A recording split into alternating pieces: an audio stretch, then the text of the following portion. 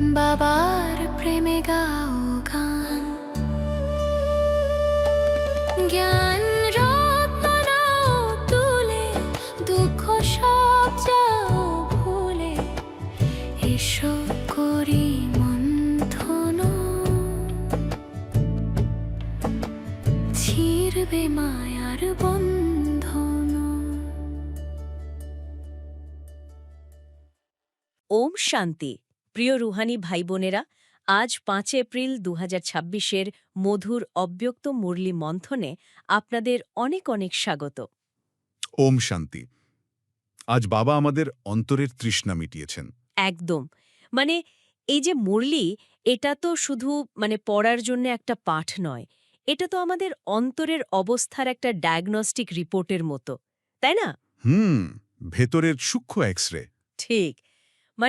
আমরা যখন ভাবি যে আধ্যাত্মিক পথে উন্নতির সবচেয়ে বড় বাধা হয়তো রাগ বা খুব স্থূল কোনো লোভ, আসলে কিন্তু তা নয়। সবচেয়ে বড় বিপদ লুকিয়ে থাকে একদম নিঃশব্দ একটা জায়গায়। সূক্ষ্ম অহংকার। হ্যাঁ, যেমন হয়তো কেউ ভাবছে যে কাজটা আমি এত ভালো করলাম, কেউ একটা প্রশংসাও করল না। এই যে সূক্ষ্ম জিনিসগুলো, এগুলো ধরা খুব কঠিন। আর বাপদাদার আজকের মহাবাক্য যেন সেই ভেতরের এক্স-রে রিপোর্টটাই হাতে ধরিয়ে দিয়েছে।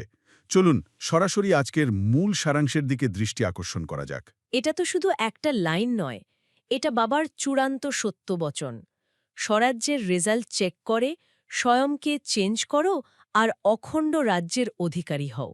বাপরে, এই লাইনটার অর্থ কতটা ব্যাপক! এটা একটু গভীরে মন্থন করলে তবেই বোঝা যায়। বাপ দাদা আজ 3টে সিংহাসনের কথা স্পষ্টভাবে মনে করিয়ে দিয়েছেন। 3টে সিংহাসন। হ্যাঁ, প্রথমটি হল এই বর্তমানের স্বরাজ্য বা যাকে বলে সেলফ সভরেন্টি। দ্বিতীয়টি হল স্বয়ং বাপ দাদার হৃদয়ের সিংহাসন। আর তৃতীয়টি হল ওই ভবিষ্যতের প্রাপ্তব্য সিংহাসন, অখণ্ড রাজ্য। ঠিক। তো এখন প্রশ্ন জাগতে পারে যে এই 3টে সিংহাসনের কথা একসাথে কেন বলা হচ্ছে? স্বরাজ্য তো শুধু নিজের মন আর ইন্দ্রিয়গুলোকে নিয়ন্ত্রণ করা, তাই তো? এর সাথে ভবিষ্যতের ওই বিশ্ব মহারাজন হওয়ার কি সরাসরি সম্পর্ক থাকতে পারে? এখনের সংস্কারই ভবিষ্যতের ভিত্তি। একদম। গভীর মেকানিজমটাই হলো এটা। এখনের এই পুরুষার্থই জন্ম জন্মান্তরের রাজ্যভাগ্য তৈরি করে। বর্তমানে রাজত্ব করার সংস্কারটাই তো ভবিষ্যতের অধিকারী বানায়। সিংহাসন তো শুধু একটা বসার জায়গা নয়। সিংহাসন হল সম্পূর্ণ অধিকারের প্রতীক। ঠিক। নিজের মনের ওপর, নিজের পঞ্চকর্মেন্দ্রিয়ের ওপর 100% অধিকার। আর এখানেই লুকিয়ে আছে সবচেয়ে গভীর পরিণতি। অধিকার। যে আত্মার নিজের সংকল্পের ওপর অধিকার নেই, সে কিভাবে বিশ্বের অধিকারী হবে? বর্তমানের এই সূক্ষ্ম অধিকারই ভবিষ্যতের অখণ্ড রাজ্যের ভিত্তি। কি অসাধারণ এবং গভীর একটা কথা! সংকল্পের ওপর অধিকার। অনেক সময় তো আমরা ভাবি আরে এখন তো পুরুষার্থী জীবন চলছে, একটু আটটু ভুল তো হবেই, সময় এলে ঠিক নিজেকে পরিবর্তন করে নেব। এই ফাঁদেই আত্মা আটকে যায়। হ্যাঁ, এই যে একটা মেন্টালিটি, হয়ে যাবে বা পরে করে নেব, এটাই তো মায়ার সবচেয়ে বড় ফাঁদ। বর্তমান পুরুষার্থে যদি বিন্দুমাত্র খামতি থেকে যায়, তাহলে সেই অবিনাশী 21 জন্মের অখণ্ড রাজ্যের সম্পূর্ণ অধিকার পাওয়া থেকে তো বঞ্চিত হতেই হবে। বহুকালের অভ্যাস প্রয়োজন। ঠিক বলেছেন। বাপদাদা পরিষ্কার বলেছেন, বহুকালের স্বরাজ্যের এই অভ্যাসই ভবিষ্যৎ রাজ্যের অধিকারী বানায়। বহুকাল অর্থাৎ দীর্ঘ সময়ের চর্চা। একদিন খুব ভালো যোগযুক্ত থাকা হলো আর বাকি 4 দিন সাধারণ জীবনযাপন চলল, এমনটা হলে তো চলবে না। একটা বাস্তব উদাহরণ ধরা যাক। ধরুন, প্রতিদিন খুব নিষ্ঠার সাথে নিয়ম পালন করা হচ্ছে, খুব ভোরে ওঠা হচ্ছে, নিয়মিত জ্ঞানামৃত পান করা হচ্ছে, সেবাক্ষেত্রেও প্রচুর সময় দেওয়া হচ্ছে। বাইরে থেকে দেখলে মনে হবে আধ্যাত্মিক চার্ট একদম নিখুঁত। কিন্তু নিজের মনের ওপর সম্পূর্ণ নিয়ন্ত্রণ। ওটাই তো আসল জায়গা। হয়তো কাজের জায়গায় ছোট ছোট কথায় একটুতেই বিরক্তি আসছে, অথবা পুরনো কোনো স্বভাব সংস্কার বারবার মাথা চাড়া দিয়ে উঠছে। এই যে ভেতরে ভেতরে একটা দ্বন্দ্ব চলছে, এর ফলে কিন্তু স্বরাজ্য আর অখণ্ড থাকছে না। খণ্ডিত স্বরাজ্য। আর এই খণ্ডিত স্বরাজ্য নিয়ে ভবিষ্যতের অখণ্ড রাজ্যভাগ্য কিভাবে পাওয়া যাবে? মানে আত্মা তো ধীরে ধীরে নিজের অধিকার থেকে পিছিয়ে পড়ছে। সূক্ষ্ম ছিদ্র। একদম তাই।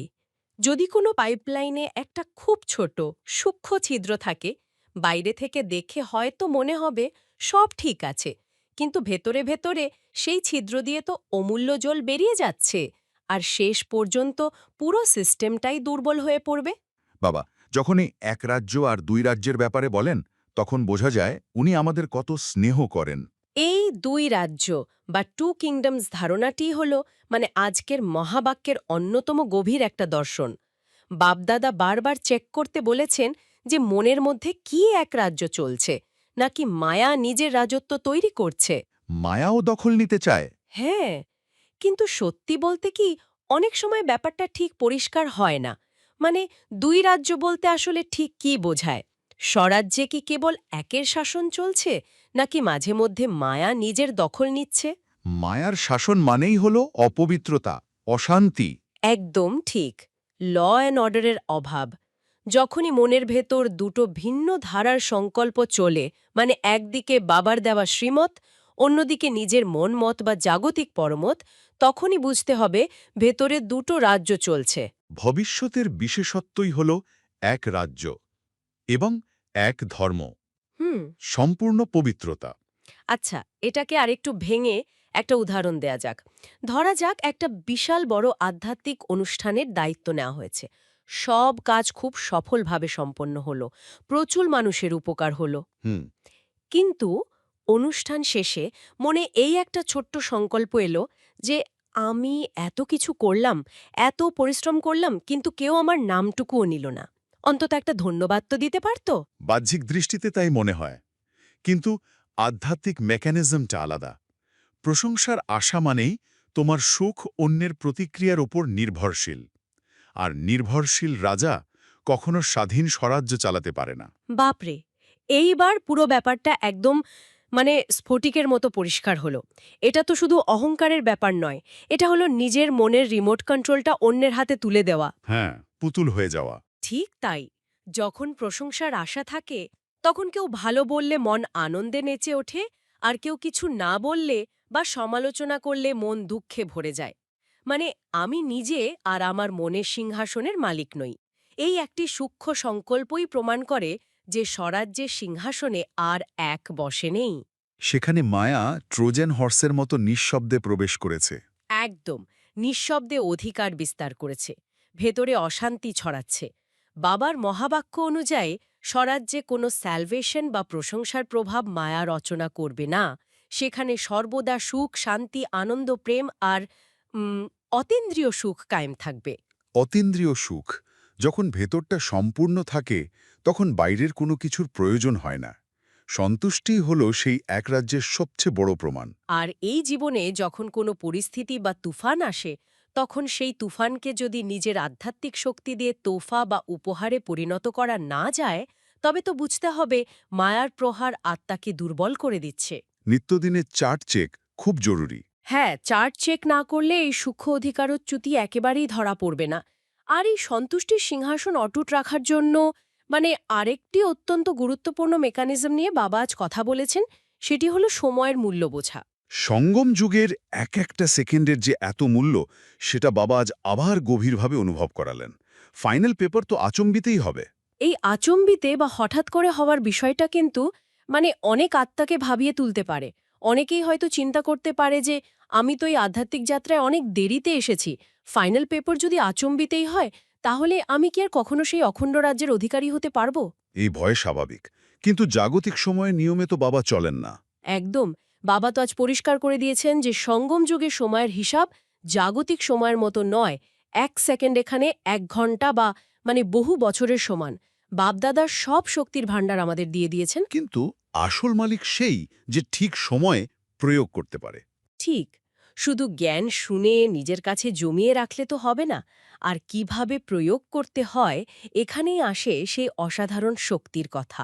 মানে অন্তর্লীন করার শক্তি বা power to pack up. Backup করার শক্তি। হ্যাঁ, যখন ফাইনাল পেপারের মতো পরিস্থিতি আসবে, তখন এই শক্তিটাই হবে সবচেয়ে বড় হাতিয়ার।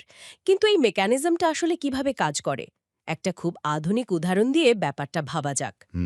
আমাদের স্মার্টফোনে অনেক সময় ব্যাকগ্রাউন্ডে অজস্র অ্যাপ চলতে থাকে। আমরা হয়তো বুঝতেও পারি না, কিন্তু সেই অ্যাপগুলো ধীরে ধীরে ফোনের ব্যাটারি শেষ করে দেয়। যখন খুব জরুরি একটা ফোন করার দরকার হয়, দেখা যায় ব্যাটারি মাত্র 1% এসে ঠেকেছে আর ফোনটা বন্ধ হয়ে গেল। আমাদের মনের অবস্থাও ঠিক একই রকম। একদম তাই। সারাদিন ধরে যদি ছোট ছোট বিরক্তি, পুরনো রাগ বা ভবিষ্যতের অহেতুক চিন্তাগুলোকে মনের ব্যাকগ্রাউন্ডে চলতে দেওয়া হয়, তবে আমাদের আধ্যাত্মিক ব্যাটারি বা আত্মিক শক্তি তো ধীরে ধীরে শেষ হতে থাকে। সঞ্চিত শক্তির কোনো মূল্য থাকে না তখন। ঠিক বলেছেন। ধরা যাক কর্মক্ষেত্রে বড় কোনো ক্ষতি হল বা প্রিয়জনের তরফ থেকে কোনো অনাকাঙ্ক্ষিত ব্যবহার জুটল। এটা তো একটা ইমার্জেন্সি পরিস্থিতি। এই পরিস্থিতিতে নিজের পূর্বের জাগতিক চিন্তাগুলোকে গুটিয়ে নিয়ে, মানে প্যাকআপ করে 1 সেকেন্ডে নিজেকে আত্মিক স্থিতিতে বা বাবার সাথে যুক্ত করা কি সম্ভব হচ্ছে? 1 সেকেন্ডের সংকল্প পরিবর্তন, এটাই হলো সত্যিকারের মালিকের লক্ষণ। খুশির ভাণ্ডার যার ভরপুর, তার মুখমণ্ডলই তো সব বলে দেয়। খুশির ভাণ্ডার? বাবা বলেছেন, অবিনাশী বাবার দান অবিনাশী রাখো। খুশির মতো কোনো পুষ্টি নেই। সর্বদা নিজের মুখমণ্ডল ও আচরণের মাধ্যমে অবিনাশী খুশির ভাণ্ডার কিভাবে বিতরণ করতে হয়, সেটা আজ খুব স্পষ্টভাবে বোঝানো হয়েছে। এটা কোনো সাময়িক হাসি নয়, অন্তরের অতীন্দ্রিয় সুখের প্রতিফলন। একদম। যখন চারপাশের আত্মারা দুঃখ এবং অশান্তিতে ডুবে আছে, তখন যদি আমাদের মুখমণ্ডল থেকে সে প্রশান্তির ভাইব্রেশন না ছড়ায়, তবে ভেতরে সঞ্চিত জ্ঞানের কোনো প্রকৃত প্রকাশিত হল না। আর যারা দেরিতে এসেছে, বাবা তাদের জন্য তো এক বিরাট আশার আলো দেখিয়েছেন। উর্তিকলা, ফ্লাইং স্টেজ। হ্যাঁ, উর্তিকলা মানে হেঁটে হেঁটে চলা নয়, মানে 1 সেকেন্ডে মাটি থেকে ওপরে উঠে যাওয়া। দেরিতে এসেও যদি প্রতি সেকেন্ড খুশি থাকা যায় আর সবাইকে বাবার বার্তা দেওয়া যায়, তবে উত্তরাধিকারের সম্পূর্ণ অধিকার নেওয়া সম্ভব। কিন্তু এই উর্তিকলার শক্তি বা 1 সেকেন্ডে প্যাকআপ করার শক্তি আসবে কোথা থেকে? শক্তির উৎস তো একটাই, অমৃতবেলা। কিন্তু বুদ্ধির পাত্র যদি ছিদ্র থাকে, তবে অমৃত তো পড়ে যাবে। এক রাজ্যের অভাব মানেই তো বুদ্ধিতে ছিদ্র। কি অদ্ভুত এবং নিখুঁত একটি সংযোগ! বুদ্ধির পাত্রে ছিদ্র, এই রূপকটাকে যদি আমরা মেকানিক্যালি ভেঙে দেখি, মানে বাবা বলেছেন, বাপদাদা রোজ অমৃতে বেলায় বিশেষ শক্তি বিলিয়ে দেন। যারা এই শক্তি গ্রহণ করে তারা তীব্র পুরুষার্থী হয়। কিন্তু গ্রহণ করা মানে শুধু আধোঘুমে বসে থাকা নয়। ঠিক, এর মানে হল সম্পূর্ণ জাগ্রত অবস্থায় বুদ্ধির পাত্রকে একদম পরিষ্কার রেখে বাবার সেই সূক্ষ্ম শক্তিকে নিজের ভেতর ধারণ করা। এখন প্রশ্ন হল, বুদ্ধির পাত্রে ছিদ্র তৈরি হয় কিভাবে? ওই যে সূক্ষ্ম অসন্তোষ। একদম।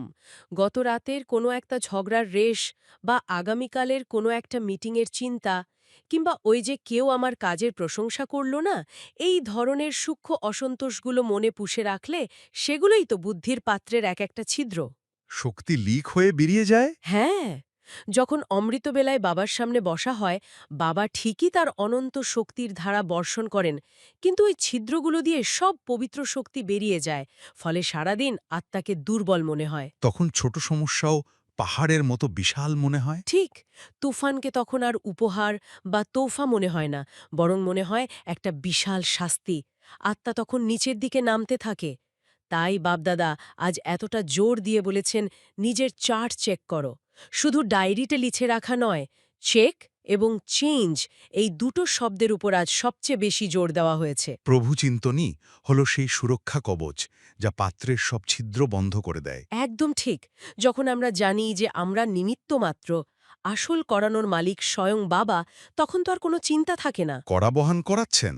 হ্যাঁ, বাবা করাচ্ছেন, এই স্মৃতিটাই তো আত্মাকে হালকা করে দেয় আর উর্তি কলায় নিয়ে যায়।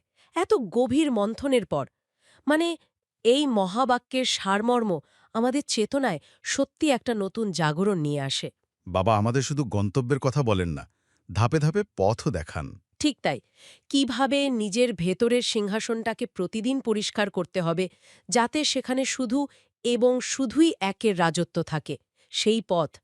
চতুর্দিকের তীব্র পুরুষার্থী, সবসময় বাপদাদাকে নিজের সাথী মানিয়ে যারা কম্বাইন্ড থাকে, এমন বাচ্চাদের বাপদাদার স্মরণের স্নেহসুমন আর নমস্কার। বাবার এই ভালোবাসা পেয়ে মন ভরে গেল।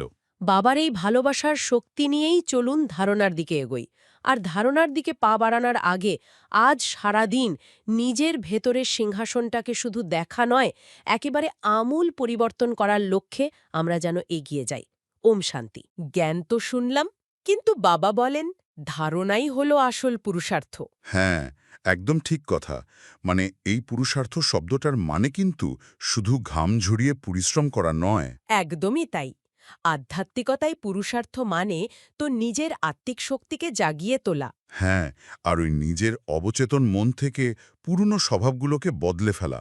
আমরা তো প্রতিদিন প্রচুর জ্ঞান অর্জন করি। ঠিক, কিন্তু যতক্ষণ না সেই জ্ঞান আমাদের কর্মে আর স্বভাবে প্রতিফলিত হচ্ছে, ততক্ষণ সেটা নিছকই কিছু তথ্য হয়ে থেকে যায়। আসলে এই জ্ঞান বা তত্ত্বগুলোকে শুধু খাতায় লিখে রাখলে তো চলবে না।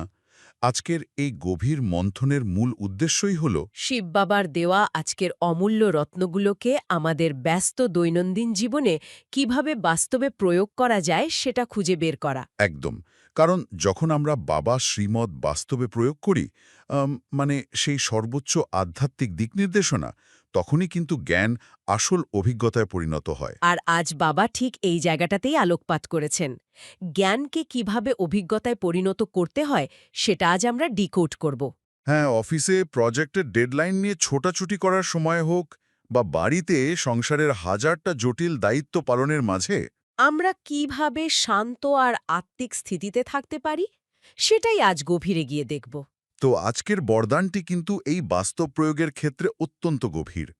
বাপদাদা আজ বরদানে বলেছেন, সংগঠনে সহযোগের শক্তির দ্বারা বিজয়ী হয়ে সকলের শুভচিন্তক ভব। এটা শুধু বরদান নয়, এটা বাবার দেওয়া একটা বড় দায়িত্ব। সত্যি, শুনতে খুব স্নিগ্ধ মনে হলেও বাস্তবে এই শুভচিন্তক হওয়াটা রীতিমতো একটা যুদ্ধ। বিশেষ করে ধরুন কর্পোরেট জগতে বা কোনো বড় যৌথ পরিবারে, যেখানে নানা ধরনের স্বভাব আর অহংকারের সংঘাত লেগেই থাকে। ঠিক, ওই সংঘাতের জায়গাগুলোতেই আমাদের ধারণার আসল পরীক্ষা হয়। কিন্তু এখানে আমার একটা সিরিয়াস প্রশ্ন আছে। একটু প্র্যাকটিক্যাল জীবনে যাই। হ্যাঁ, বলুন না।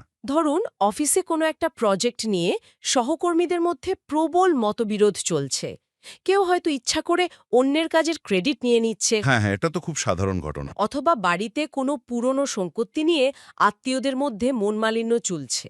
কেউ যখন চোখের সামনে ক্ষতি চাইছে, তখন তার প্রতি শুভ ভাবনা বা সহযোগিতার হাত বাড়িয়ে দেওয়া তা প্রায় অসম্ভব মনে হয়।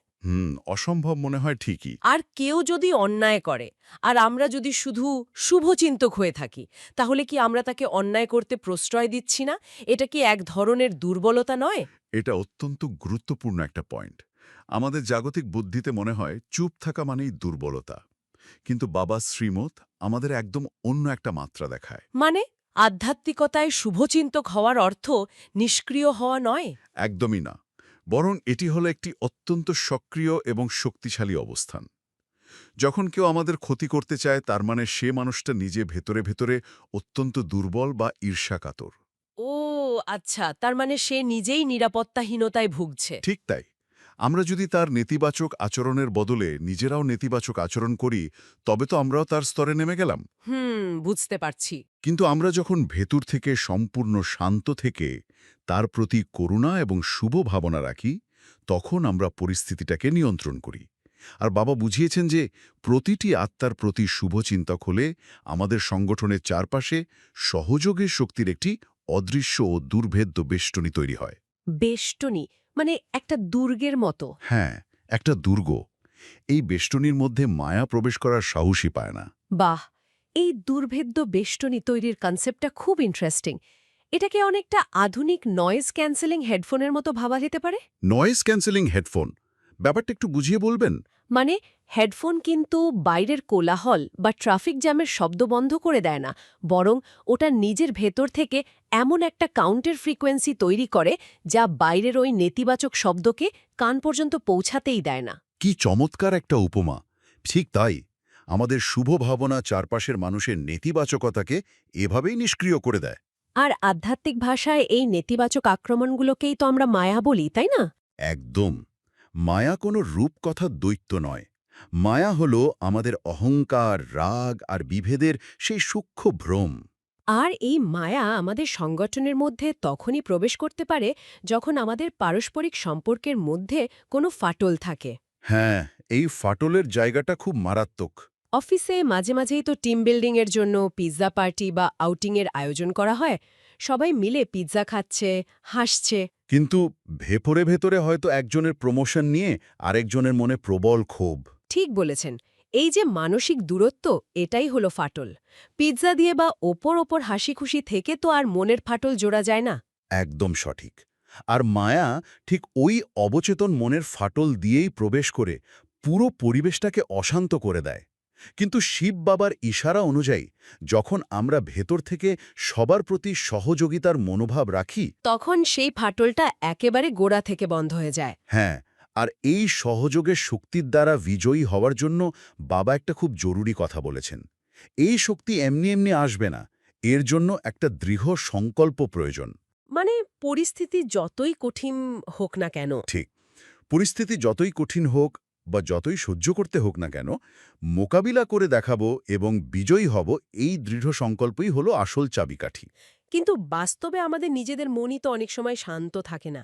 আমরা জাজমেন্টাল হয়ে যাই, অন্যের বিচারক হয়ে বসি। এই বিচারক হওয়ার প্রবণতা বা ভেতরে তৈরি হওয়া বিরক্তির আসল শেকড়টা কিন্তু আজকের স্লোগান আর অব্যক্ত ইশারায় লুকিয়ে আছে। তাই নাকি? স্লোগানে কি বলা হয়েছে? আজকের স্লোগান হলো, কোনো ইচ্ছা ভালো হতে দেবে না, সেই জন্য ইচ্ছা মাত্রম অবিদ্যাহ। আচ্ছা। আর বাপদাদার অব্যক্ত ইশারায় বলেছেন, মহান হওয়ার জন্য মাধুর্য আর নম্রতা ধারণ করতে হবে। যেমন মিষ্টি খেলে সাময়িক আনন্দ হয়, কিন্তু নিজে মিষ্টি হয়ে গেলে চিরস্থায়ী আনন্দ আসে। মিষ্টি দৃষ্টি, মধুর বোল আর মিষ্টি কর্ম নিজেকেও খুশি রাখে আর চারপাশের সবাইকেও খুশি করে। এই ইচ্ছা মাত্রাম অবিদ্যা আর মধুরতার মধ্যে আমি একটা চমৎকার মনস্তাত্ত্বিক কার্যকারণ সম্পর্ক দেখতে পাচ্ছি। সেটা কেমন? মানে সংসারে বা কর্মক্ষেত্রে আমাদের কথার মধ্যে তিক্ততা ঠিক কখন আসে? যখন আমাদের মনে অন্যের কাছে সম্মান বা প্রশংসার ইচ্ছা থাকে আর সেটা পূরণ হয় না। একদম ঠিক ধরেছেন।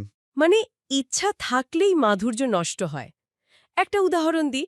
ধরুন অফিসে কেউ টানা 1 মাস রাত জেগে খুব খেটে একটা বড় প্রেজেন্টেশন বানালো। তার একটা সুপ্ত ইচ্ছা থাকে যে মিটিংয়ে বস সবার সামনে তার খুব প্রশংসা করবে। ঠিক। কিন্তু মিটিংয়ের দিন বস হয়তো স্ট্রেসড ছিলেন, প্রশংসা তো করলেনই, উল্টে কয়েকটা ছোটখাটো ভুল ধরে দিলেন। ঠিক এই মুহূর্তেটাতে কি হয়? ওই মানুষটার ভেতরে একটা প্রবল ক্ষোভ তৈরি হয়। হ্যাঁ, আর সেই ক্ষোভ তার ব্যবহার, তার কথা, তার দৃষ্টিতে তিক্ততা নিয়ে আসে। সে হয়তো বাকি দিনটা সহকর্মীদের সাথে খুব রুক্ষ আচরণ করে ফেলল। খুব বাস্তব একটা উদাহরণ। আমরা ভাবি অমুক মানুষটা খারাপ ব্যবহার করেছে বলে আমাদের মন খারাপ হয়েছে, কিন্তু একটু গভীরে দেখলে দেখা যায় আমাদের ভেতরে সম্মান বা অন্তত একটা ধন্যবাদ পাওয়ার ইচ্ছা লুকিয়েছিল। আর এই ইচ্ছাগুলোই হলো আমাদের মানসিক দুর্গ বা বেষ্টনীর সেই ফাটল। সংখ্যা থেকে মুক্ত হতে পারলে প্রাকৃতিকভাবেই আমাদের দৃষ্টি, কথা এবং কর্মে শিব বাবার মতো মাধুর্য চলে আসে। এটা কোনো মেকি হাসি নয়। হ্যাঁ, নিজে মিষ্টি হয়ে যাওয়ার মানে হল নিজের স্বভাবটাই বদলে ফেলা। তখন আমরা খুব সহজেই সবার শুভচিন্তক হতে পারব। আর যখন সবাই মিলে শুভচিন্তক হওয়া যায়, তখন সেই সহযোগের শক্তির দুর্ভেদ্য বেষ্টনী তৈরি হয়। তো আজ বাবা আমাদের স্বরাজ্যের রেজাল্ট চেক করে সময়ের ভ্যালু বোঝার স্মৃতি দেওয়ালেন এবং শেষে সংগঠনের সকলের শুভচিন্তক হওয়ার বরদান দিয়ে বিদায় নিলেন। অত্যন্ত গভীর আজকের এই প্রাপ্তি। আসুন, এখন আমরা আজকের এই পবিত্র জ্ঞানকে অনুভূতির একেবারে গভীরে নিয়ে যাই। নিজেকে ভ্রুকুটির মাঝখানে এক চমকপ্রদ উজ্জ্বল সিতারা হিসেবে অনুভব করুন। আমি স্বরাজ্য অধিকারী আত্মা, আমার সিংহাসনে আমি বিরাজমান। ওপর থেকে শিব বাবার দিব্য কিরণ পরম ধাম থেকে সরাসরি আমার উপর বর্ষিত হচ্ছে এবং আমাকে শুভচিন্তক শক্তিতে ভরপুর করে দিচ্ছে। আমি শান্ত, আমি বিজয়ী। বাহ, সত্যি খুব শান্তির অনুভূতি। আসুন বাবার সামনে প্রতিজ্ঞা করি, আমি এক শুভচিন্তক এবং স্বরাজ্য অধিকারী আত্মা। কমেন্টে লিখুন শুভচিন্তক। আর আজ যাওয়ার আগে একটা কথা খুব গভীরভাবে ভেবে দেখার অনুরোধ করব। আপনার নীরব মিষ্টি দৃষ্টি আজ কিভাবে কাছের কোনো মানুষের তিক্ত দিনটিকে পুরোপুরি বদলে দিতে পারে তা খেয়াল করে দেখবেন। ওম শান্তি। ওম শান্তি।